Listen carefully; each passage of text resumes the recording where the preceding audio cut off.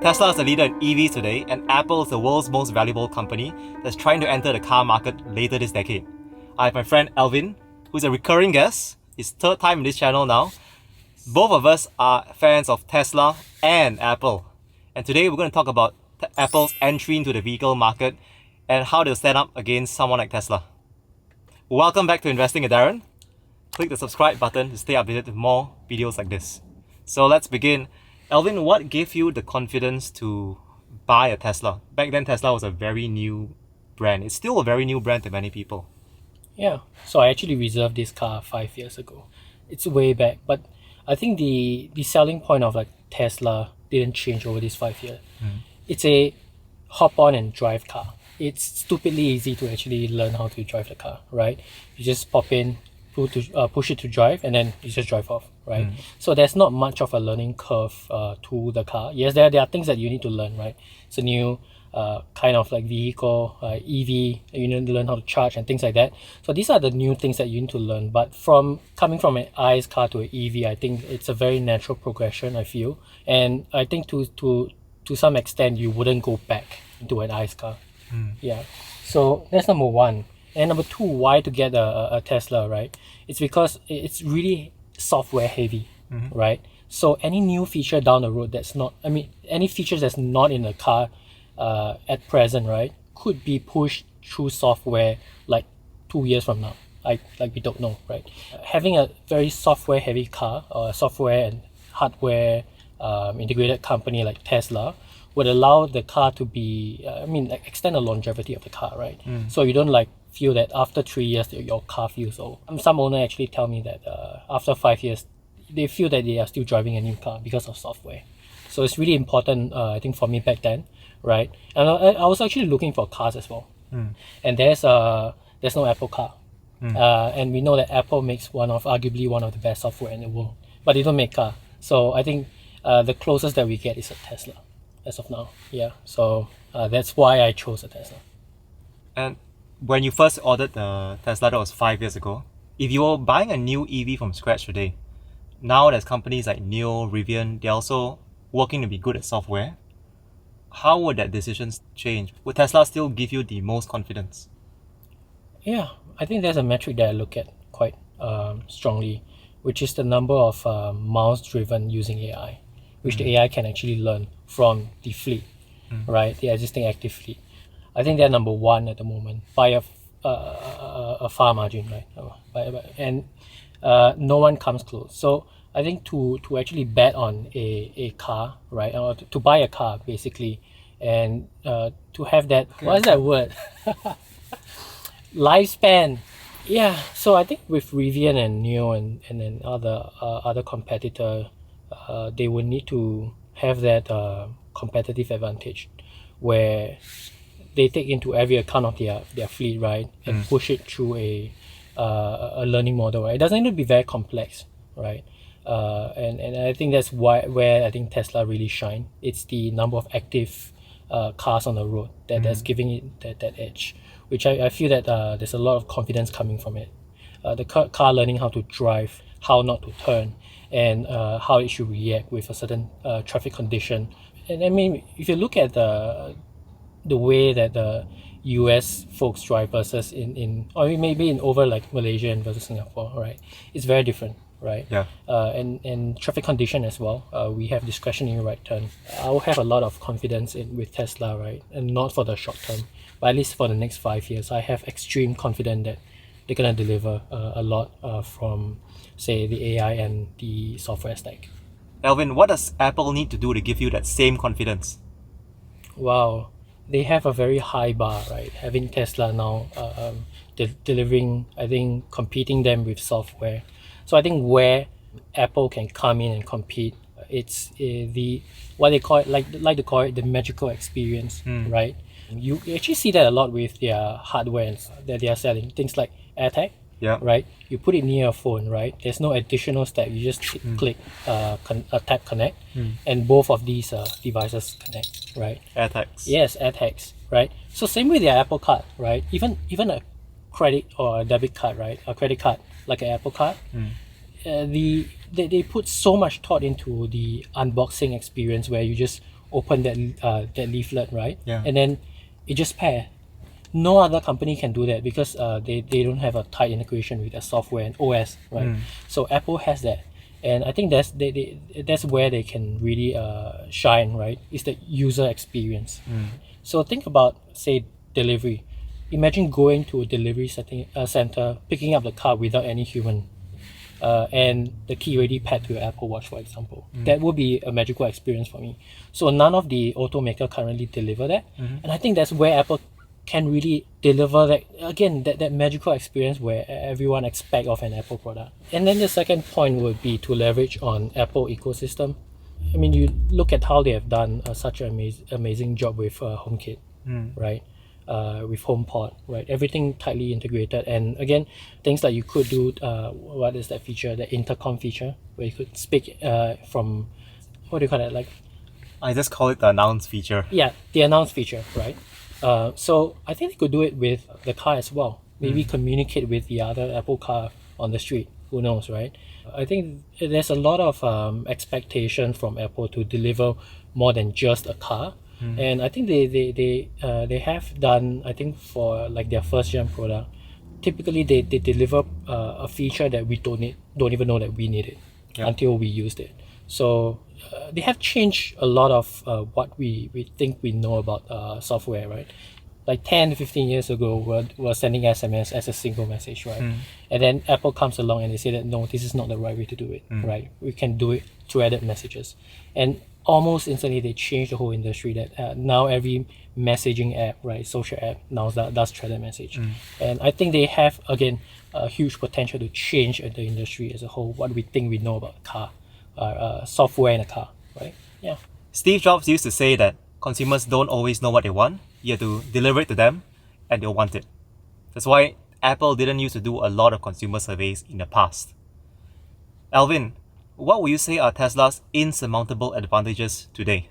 Okay, let's put it out there first, right? No advantage lasts forever. It just how long could you sustain that advantage, right? And again, I think innovation is really key to actually holding that reign of like advantage. So I think where they really excel in, right, having that advantage is with battery tech, right? How to scale battery production, which is again the most crucial part to an EV. Unless Apple doesn't want to do battery, they have some alien tech that we don't know. Then yeah, sure. But I think most likely it's gonna be battery, right, operated. And I think that's where Tesla could really be that market leader for a good, I say 5 years, while Apple does the catch up, right? And I think if there's anyone in the industry that can do like quickly catch up to that point of like scaling battery production or the chemistry problem with battery, right? I think it's gonna be Apple, because they have been making their own battery. I mean, having like engineers, chemists with their own battery for a very long time, right? Yep. And I think they're really good at it. Again, with their software, it gets even better, right? So I think it's a very tough challenge for Apple, but I think they are one of the right candidate to actually be in that position to solve that problem. So yeah, battery. And Alvin brings up a big point on batteries. It is the most expensive part of any EV right now. Tesla has an advantage in batteries, but not just the current position, but their velocity of improvement is higher than most car manufacturers. So to Alvin's point, can Apple catch up? Not just from a distance, but also keep the same velocity as Tesla. That's the challenge. Apple has often benefited from its late mover advantage. It wasn't the first to launch a music player, a tablet, a phone, watches, wireless earphones. Yet, they were often the first to make it a great and seamless experience, and they captured the imagination of the market. How do you see Apple's late mover advantage playing out in cars? Wow. Again, I we're just discussing a product that we don't even know that will exist in the future, right? But I think, in all fairness, right, Apple has done a wonderful job with the iPhone, the Apple Watch, the iPad, right? Which I think we are all a fan of, right? And we use it every day. Yeah. I think that's where it's key. They're able to create an experience where a consumer doesn't just see a product only when they want to use it, right? But it's more of an experience a lifestyle, right? Where you really engage with the product. So for example, I think where Apple could deliver something a bit more different would be, say, driving on the street. Like horn these days, it can be a bit aggressive. Could they do like a dynamic horn, which is the softer you press it, it gives out a very gentle horn just to warn people enough, right? And not sound and come across as aggressive. I think that's something that Apple does very well. I think they have something called the human interface like guidelines, Yes. right? Where they kind of come up with a guidance on actually how to use the right font, use the right audio. So yeah, I think that's where they could really excel in having that late mover advantage, having a bit more time to study what the consumer really need, right? In one. But what do you think? Where do you think that Apple could really deliver something late but still excel in the market? I think that Apple is all about refinement. So, as an example, smartwatches existed for many years, other manufacturers made them, but they weren't great for a lot of reasons. They weren't intuitive, it was really slow, had really slow operating system and chips. When Apple came out with the Apple Watch, it was just a lot faster than what's available out there. And when you think about wireless earphones, Apple was really late to that market.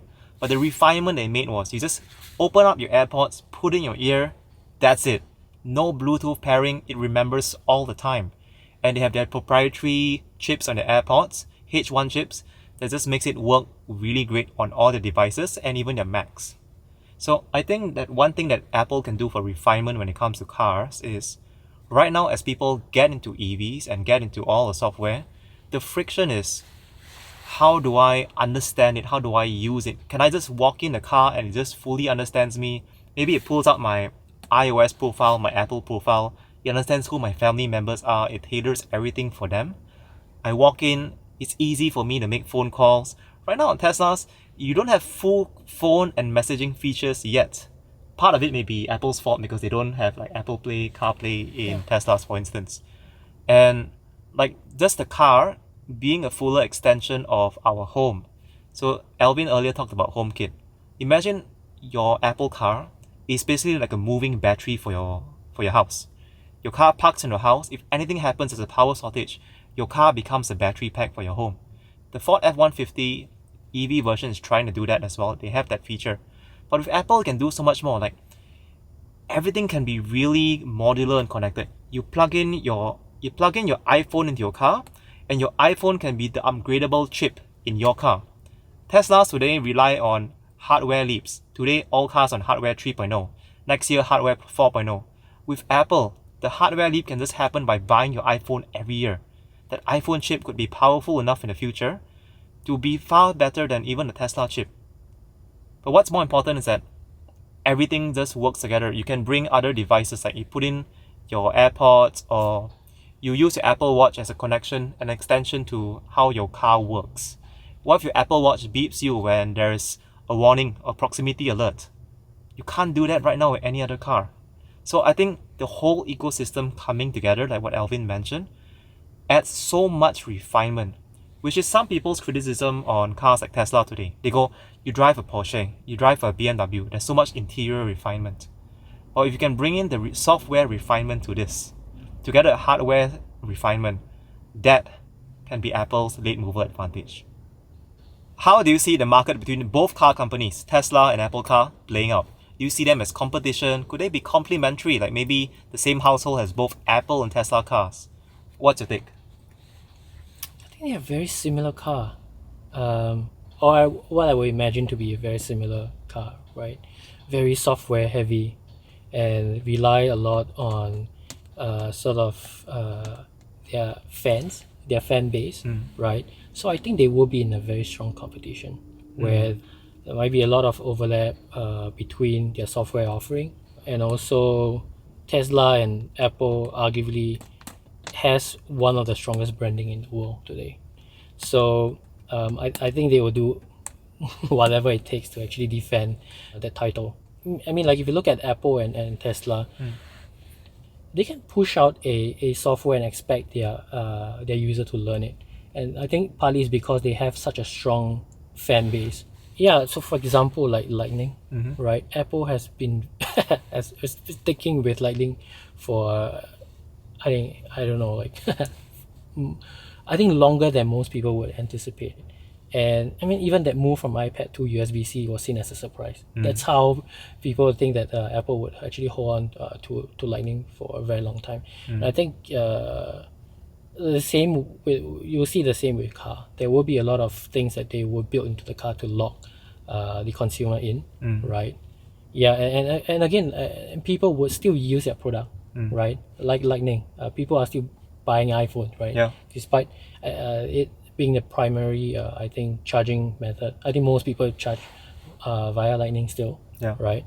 But you see across all the industry, they have been moving to USB-C already. So yeah, I think that there's going to be a lot of competition between Apple and Tesla.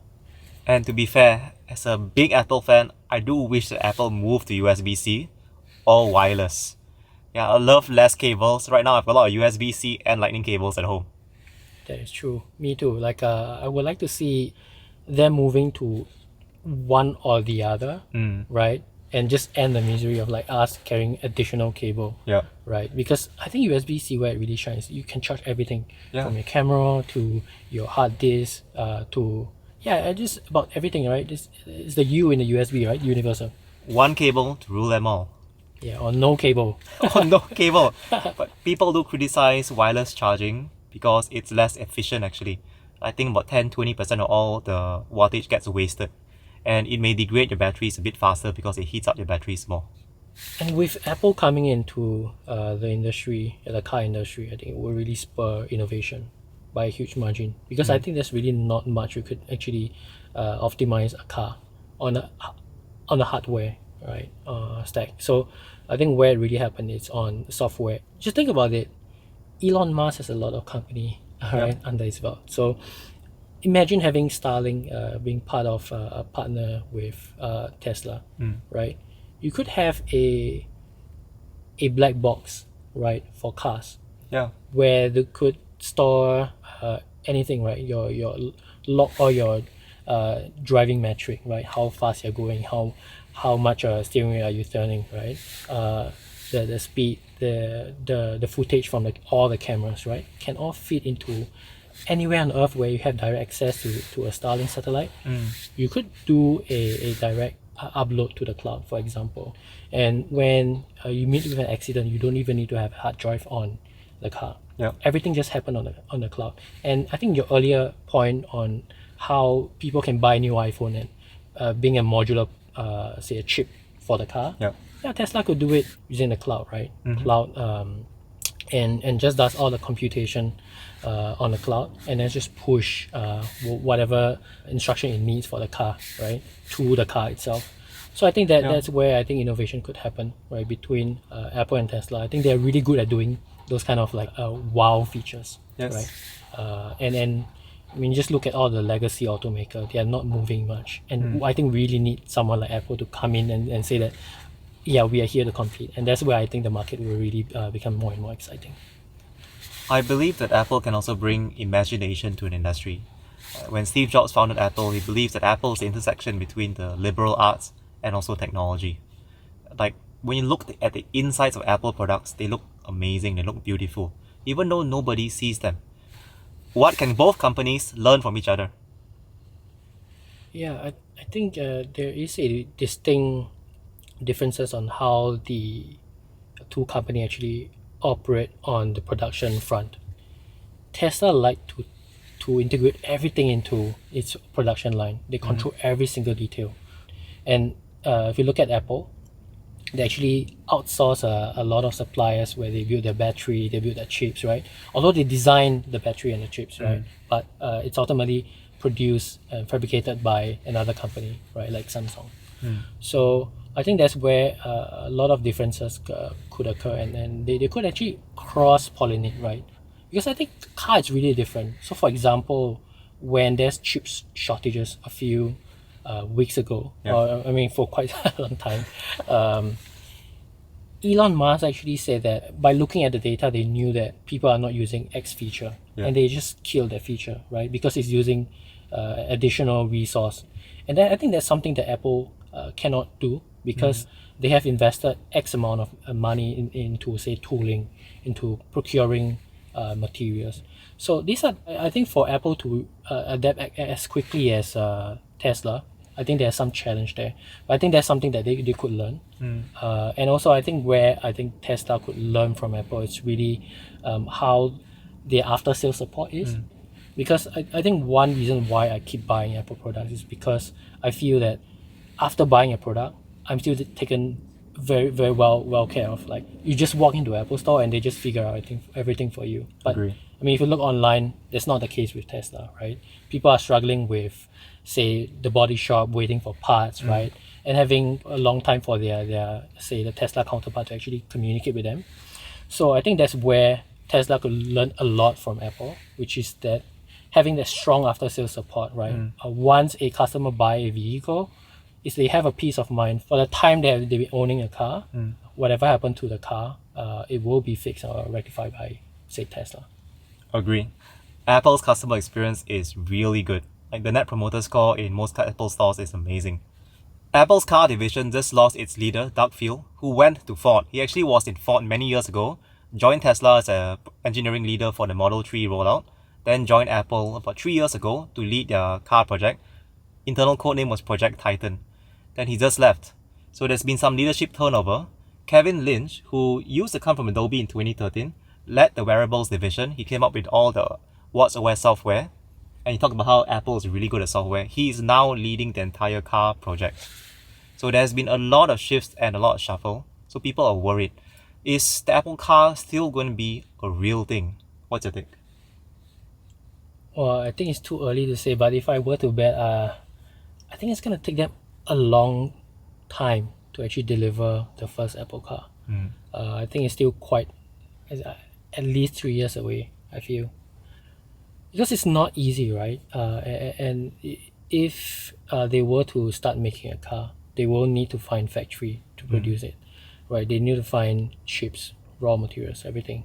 And at that point, it will become apparent that they are going to be a car. But so far, I think of all the analysis report you read online, none of that is happening yet. But I think Project Titan has been on for many years. Yeah. So I think the fact that they are still working on it would be a strong indication that they have a strong interest in the space and they would want to tackle it one day. So I think it will come, probably not, like, say, I think minimum 3 years. Yeah, that's my take. What do you think? I agree. So, predictions time. The cool thing about YouTube is that videos stay on forever. So, Alvin, when do you think the Apple car will launch? And then I'll share my prediction too. 2026. 2026? Yeah. Okay, my prediction is 2028. Okay. So let's see, let's find out, YouTube, whether it comes out in 2026 or 2028. What we do know is that Tim Cook is going to stay in Apple for another 5 more years until 2025. That's when he gets his last performance bonus. And he said publicly recently that he plans to launch one more new product line for Apple. It's not likely going to be the Apple car because it takes a lot of time for that to come out. So it's probably going to be the new AR augmented reality devices. And Apple car will be left for the next CEO to lead through. The loser will buy an Apple car for the other person. Sounds good. Okay, I'll make sure that they deliver in 2026. Yeah, I'll write to Tim Cook. So viewers, what do you think? Is Apple car a pipe dream? Is it way too late for them to launch a car already? Or could it be a really amazing one more thing that Apple has been famous for? Let us know down in the comments. If you like this video, click the like button. Hit subscribe to stay updated to more interviews like this.